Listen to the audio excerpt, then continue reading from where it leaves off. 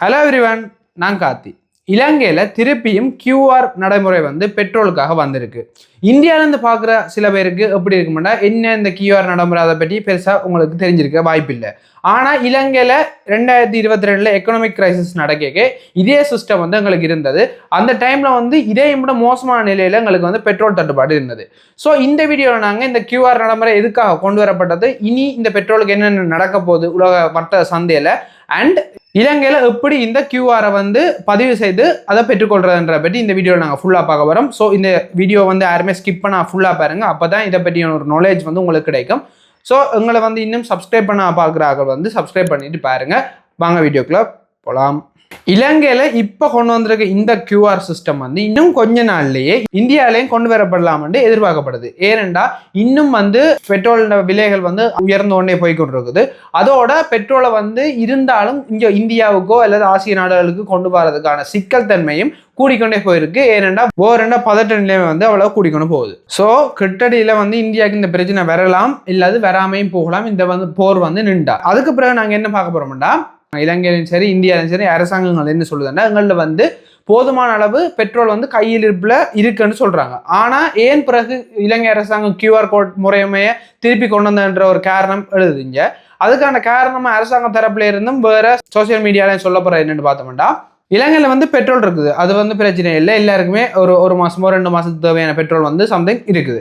ஆனா வந்து இப்போ வந்து பதற்றமான நிலைமை காரணப்படுறதால பெட்ரோல் இருந்தாலும் ஒரே ஆள் வந்து அதிகமான பெட்ரோலை பதுக்கக்கூடிய சந்தர்ப்பம் வந்து இந்த டைம்ல ஏற்பட்டு கொண்டிருக்குது. இப்படி பதுக்கி போட்டு வேற இடங்கள்ல வச்சு பிளாக்ல வந்து சேல் பண்றதால பொதுமக்களுக்கும் அரசாங்கத்துக்கும் இது வந்து இடையூறா இருக்கிறதாலையும் இந்த நிலைமை முடியும் மட்டும் இப்படி ஒரு சிஸ்டத்தை கொண்டு வரேன்னு தான் இவங்க வந்து சொல்லிக்கிறாங்க. அதன்படி ஒரு வெஹிக்கிளை வந்து எப்படி ரெஜிஸ்டர் பண்ணணும் அது எல்லாமே அரசாங்கத்தால் சொல்லப்பட்டிருக்கு. அதே நாங்கள் இந்த வீடியோ பிற்பகுதியில் பார்க்க போகிறோம். அதை வந்து ஃபுல்லாக நீங்கள் பார்த்துக்கொள்ளுங்க. இலங்கையில் இருக்கிறார்கள் இப்படி ஒரு வெஹிக்கிளுக்கு வந்து இப்படி ரெஜிஸ்டர் பண்ணி எடுக்கிறதால 1 வீக்குக்கு இவ்வளவு தானண்டு அரசாங்கம் ஒரு லிஸ்ட்டையும் வெளியிட்டிருக்கு. என்னதான் இவ்வளவு பெரிய பிரச்சனைகள் ஆசியாவில் நடந்து கொண்டிருந்தாலும் ஸ்ட்ரைட் ஆஃப் ஹார்மஸ்ல வந்து இன்னும் பதற்றமான நிலைமைகள் இருக்குது. ஆனா ஈரான் வந்து என்ன சொல்றாங்கன்னா, இந்தியான கப்பல் சில கப்பல்களை வந்து விடுவிக்கிற பேச்சுவார்த்தைகள் நடந்தாலும் ஸ்ட்ரைட் ஆஃப் ஹார்மஸ்க்குள்ள வெளியே வாரன்ற ஒரு சிக்கல் தன்மை வாய்ந்த விடயமா தான் இருக்குது. அது வந்து அந்த இடத்துக்குள்ள பயணம் செய்யற கப்பலுக்கு வந்து ஆபத்தான நிலைமையா தான் இதுவரைக்கும் பார்க்கப்பட்டு கொண்டிருக்குது. அப்படி இந்த நிலைமை வந்து இன்னும் மேலும் தொடர்மா இருந்தால் நாங்கள் வந்து அதிக விலைக்கு வேறு நாடுகளில் இருந்து பெட்ரோலை வந்து இறக்க வேண்டிய அவசியம் ஏற்படும். இந்தியாவோ இலங்கையோ சரி, சிங்கப்பூர், ரஷ்யாவில் இருந்தெல்லாம் பெட்ரோலும் இறக்கலாம். அப்படி இறக்கையும் அவங்க வந்து விலை கூடி தான் விற்பாங்க. ஆனால் இலங்கையில் ஏற்கனவே பெட்ரோலின் விலையெல்லாம் அதிகபட்சம் 22 ரூபாயில எல்லாம் கூடிட்டுது. இந்தியாவில் என்ன மாதிரின்னு தெரியல. இனி வர டைம்ல வந்து பெட்ரோல் டீசல் இந்த விலைகள் வந்து ஏறக்கூடியதோ அல்லது இப்படியே இருக்கக்கூடிய வாய்ப்புகள் இருக்கு. அது வந்து எதை சார்ந்து இருக்குமாண்டா, மத்திய கிழக்கில் நடக்கிற இந்த போர் பதற்றத்தை சார்ந்து தான் இருக்கும்.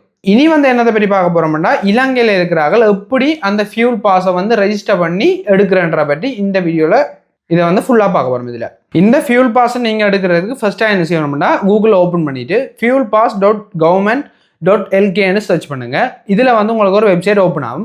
கொஞ்சம் ஸ்லோவாக தான் மேல் செய்து இன்றைக்கு நான் வீடியோ போடுறது 16ஆம் தேதி மண்டே. ஸோ இன்றைக்கு வந்து ஒர்க்கிங் டேஸ் என்றபடியா எல்லாருமே வந்து அதை ரெஜிஸ்டர் பண்ணி கொடுத்துருக்காங்க. கொஞ்சம் ஸ்லோவாக தான் மேல் செய்து இரவு நார்மலாக மட்டும் சொல்லியிருக்கிறாங்க அரசாங்கத்திலேருந்து. அப்படி நீங்க ரெஜிஸ்டர் பண்ணிக்க உங்களுக்கு வந்து 2 ஆப்ஷன் காட்டும். ஒன்று ரெஜிஸ்ட்ரேஷன், இன்னொன்று லோகின். இந்த லோகின் யாருக்கான்னு பார்த்தோம்னா, நாங்கள் எக்கனாமிக் கிரைசிஸ் வரைக்கும் இதே மாதிரி எங்களுக்கு வந்து QR சிஸ்டம் இருந்தது. இந்த லோகின்ல வந்து ஏற்கனவே பதிவு செஞ்ச ஆட்கள் உங்களை பதிவு செய்த வாகனம், பதிவு செய்த தொலைபேசி இலக்கம் இருந்தா அதுல வந்து நீங்க பதிஞ்சு அப்படியே நேரடியா QR இலக்கத்தை பெற்றுக்கொள்ளலாம். வேற எந்த விதமான அடிஷனல் தகவலையும் நீங்க வந்து பதிவு செய்ய வேண்டிய அவசியம் இல்லை. ஏற்கனவே நீங்க QR கோட் வச்சிருந்தீங்கடா 2022 இந்த வெஹிக்கிள் லோகின் என்ற பகுதியால நான் சொன்ன மாதிரி நீங்க செஞ்சு கொள்ளலாம். இல்ல நான் புதுசா தான் வாகனம் எடுத்திருக்கேன், ஸோ இதை வந்து திருப்பி ரெஜிஸ்டர் பண்ணணும்னா உங்களுக்கான பகுதி தான் வெஹிக்கிள் ரெஜிஸ்ட்ரேஷன். அதுக்கு நீங்க போனோம்னா உங்களுக்கு வந்து 2 இது வரும். அதாவது பர்சனல் டீடைல்ஸ், இன்னொன்று வெஹிக்கிள் டீடைல்ஸ். உங்களுக்கு வந்து ஃபர்ஸ்ட்டாக ஓப்பன் ஆகிறது பர்சனல் டீடைல்ஸ் தான். அதில் வந்து நீங்கள் என்னத்தை கொடுக்கணும்னா, ஃபர்ஸ்ட் உங்களுக்கு கேட்டிருப்பாங்க NIC நம்பரை கொடுத்துக்கணும். அப்படி NIC நம்பர் உங்களுக்கு அது பிரச்சனை ஏன்டா வேறு பாஸ்வேர்ட் நம்பர் ஒரு லைசன்ஸ் நம்பரை கொடுக்கக்கூடிய ஆப்ஷன் அதில் இருக்கு. அதுக்கு அடுத்து என்ன பார்த்தோம்னா, உங்களோட ஃபோன் நம்பரை வந்து அதில் இன்புட் பண்ணுங்க. அதுக்கு கீழே பார்த்தீங்கன்னா சென்ட் OTP என்ற ஆப்ஷன் இருக்கும். அதை நீங்கள் கிளிக் பண்ணீங்கன்னா உங்களோட ஃபோனுக்கு OTP வரும். அதை நீங்கள் அங்கே டைப் பண்ணிட்டு அதுக்கு கீழே உங்களோட first name, last name, address இது எல்லாத்தையும் நீங்கள் டைப் பண்ணிட்டு கம்ப்ளீட் கொடுத்தீங்கன்னா உங்களுக்கு வந்து அடுத்த பகுதியான வெஹிக்கிள் டீடைல்ஸ் பகுதி வந்து ஓப்பன் ஆகும். இப்படி நீங்கள் இந்த வெஹிக்கிள் டீடைல்ஸ் பகுதிக்குள்ள வந்தோன்னா உங்களுக்கு வந்து முதலாவது கேட்பாங்க நம்பர் பிளேட் தான். அப்போ நீங்கள் நம்பர் பிளேட்டில் உள்ள இலக்கங்களை வந்து ஃபில் பண்ண பிறகு அதுக்கு பிறகு கேட்பாங்க உங்களோட வாகனத்தின டைப் என்னண்டு, காரா என்ன பைக்கா, அதுல வந்து நீங்கள் ஃபில் பண்ணி கொள்ளக்கூடிய மாதிரி இருக்கும். அதுக்கு பிறகு உங்களோட செசி நம்பர், அதாவது உங்களோட வாகனத்தின புத்தகத்தில் இந்த நம்பர் இருக்கும், செசி நம்பர் அதை வந்து நீங்கள் இதில் வந்து ஃபில் பண்ணிடணும். அதுக்கு பிறகு என்ன கேட்பாங்கன்னா உங்களோட வாகனத்தில் ஃபியூல் டைப் கேட்பாங்க, அதாவது பெட்ரோலில் ஓடுறதா இல்லை டீசலில் ஓடுறதா. நீங்கள் பெட்ரோலில் ஓடுறேன்னா பெட்ரோலை கிளிக் பண்ணி கம்ப்ளீட் பண்ணீங்கன்னா உங்களுக்கு வந்து உடனடியாகவே வந்து QR கோட் உருவாகிடும். அது கீழே வந்து பார்த்தீங்கன்னா இந்த கிழமைக்கு எவ்வளவு இருக்குது, நீங்கள் எவ்வளோ அடிச்சிட்டீங்கன்ற பேலன்ஸ் எல்லாத்தையுமே வந்து அதில் செக் பண்ண கொள்ளக்கூடிய மாதிரி இருக்கும். இவ்வளவு தான் இந்த QR கோடை வந்து நாங்கள் பெற்றுக்கொள்றதுக்கான வழிமுறைகள். இதுக்காக நீங்கள் வந்து யார்கிட்டையுமே போய் வந்து காசை கொடுத்து தண்டாயங்க, நீங்களே வந்து ஃபோன் இருந்தால் சிம்பிளாக செய்யக்கூடிய விஷயம் தான் இது. நீங்கள் பார்க்குற நீங்கள் உங்களோட அம்மா அப்பா எல்லாது பெரியாக்களா இருக்கு இப்படி உங்களுக்கு தேவை இருந்தால் இதை பார்த்து அவங்களே ஹெல்ப் பண்ணி கொடுங்க. அதே விட முக்கியமானது என்னென்னா இந்த ஃபியூல் வந்து QR கோட் முறையில் ஒரு கிழமைக்கு வந்து எந்தெந்த வாகனங்களுக்கு எவ்வளோ கொடுக்குறாங்கன்ற பற்றி இப்போ பார்ப்போம். முதலாவது வந்து பஸ்ஸுக்கு வந்து ஒரு கிழமைக்கு 60 லிட்டரும், மோட்டார் சைக்கிளுக்கு வந்து ஒரு கிழமைக்கு 5 லிட்டரும், மோட்டார் கார் அதாவது கார்களுக்கு வந்து ஒரு கிழமைக்கு 15 லிட்டர் தான் கொடுக்குறாங்க.